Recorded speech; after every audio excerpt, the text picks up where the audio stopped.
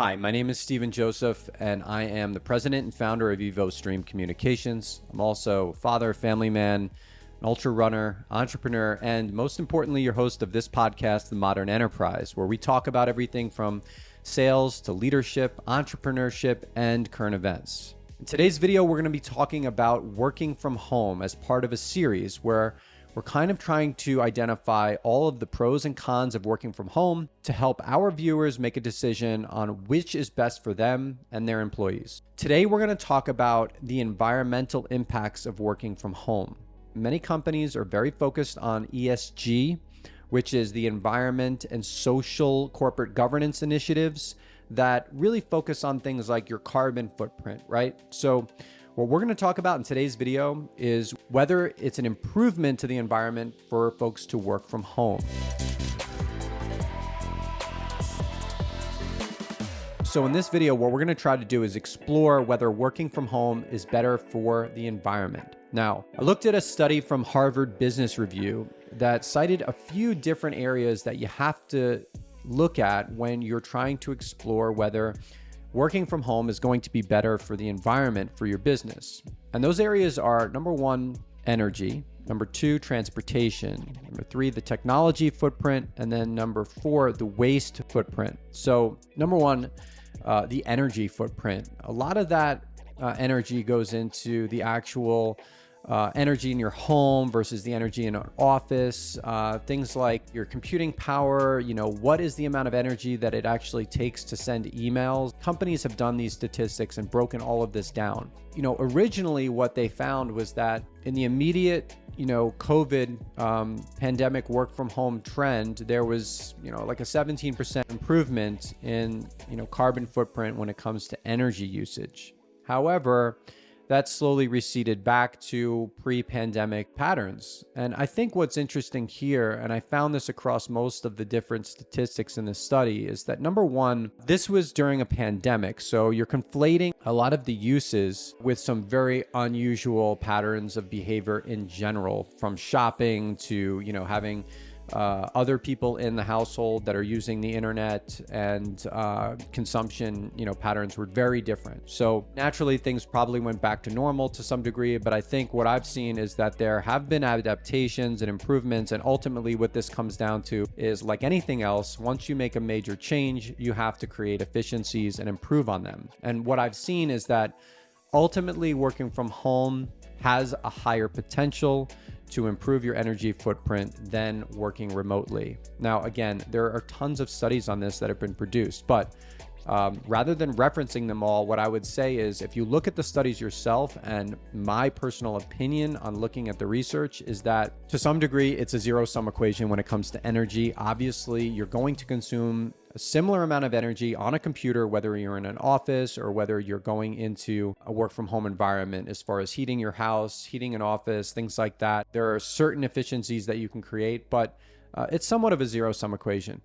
When we get to the next topic, I think that's where we make huge leaps in working from home, and that's transportation. Most people that are going into an office have a reasonable commute. I think the average commute is somewhere around 45 minutes, but in metropolitan areas, that commute can be as much as 2 hours. I know I personally had a 2-hour commute when I lived in New Jersey and I worked in New York City. That commute is huge. And oftentimes folks are taking public transportation. They're not necessarily driving their cars. So there are some efficiencies that have already been created, because this has been a way of life for so many years, where you take a train or a bus or whatever is the most convenient transportation method for your particular commute. However, when you completely eliminate 2 to 3 hours, maybe 4 hours of your day commuting into the office, and that doesn't include, preparing to go into the office. Obviously, if you have to curl your hair or put on a special suit and tie, there's some added time that's involved in the preparation of getting into the office versus reporting to, your studio office and your house. And I think when it comes to transportation, from an environmental impact, the studies are pretty clear that the carbon footprint is going to be reduced if you're not driving your car 2 hours a day.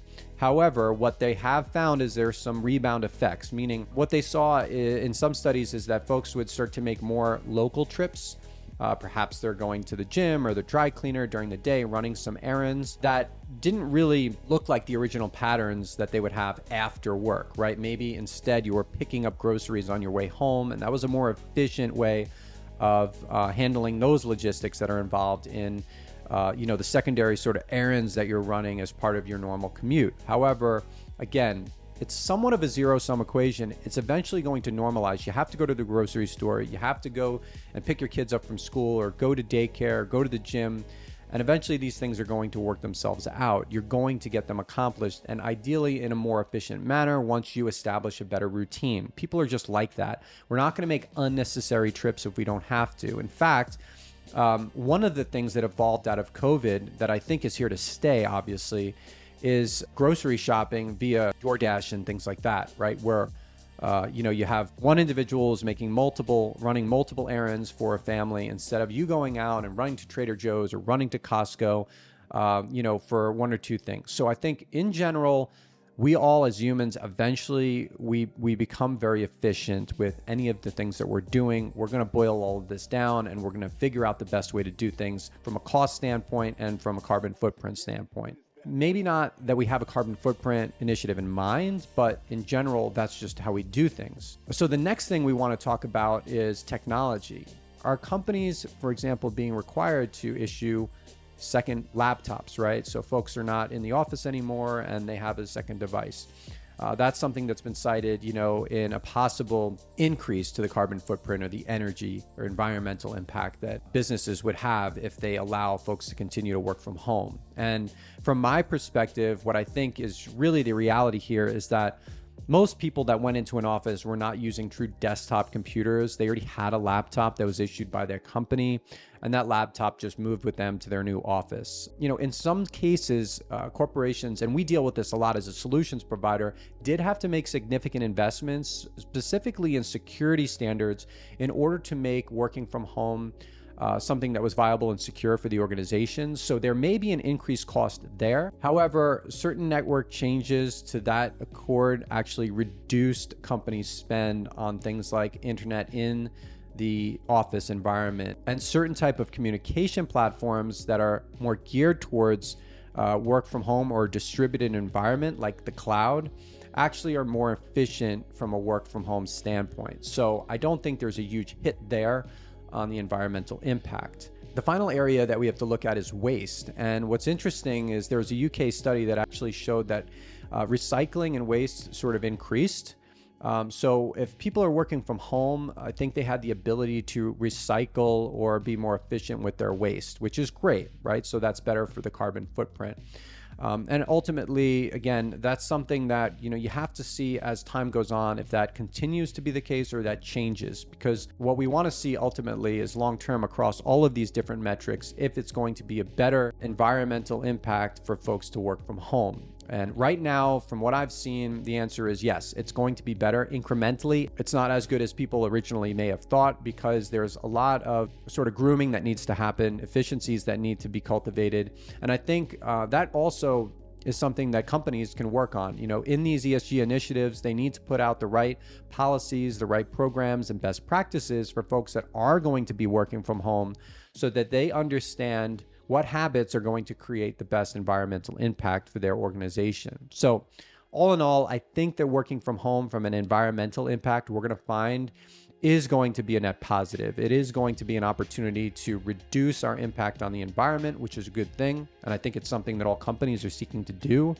And ultimately, I think it comes down to individual responsibility and accountability and just mindfulness in how we are adapting to this new work from home culture. So I love it when you guys tune in and you give me comments in the post because that helps me make better content. It also helps to grow this audience. So please feel free to direct message me. Again, comment in the post, like, and even share this video if you really enjoyed it. I appreciate you tuning in and I look forward to our next video together.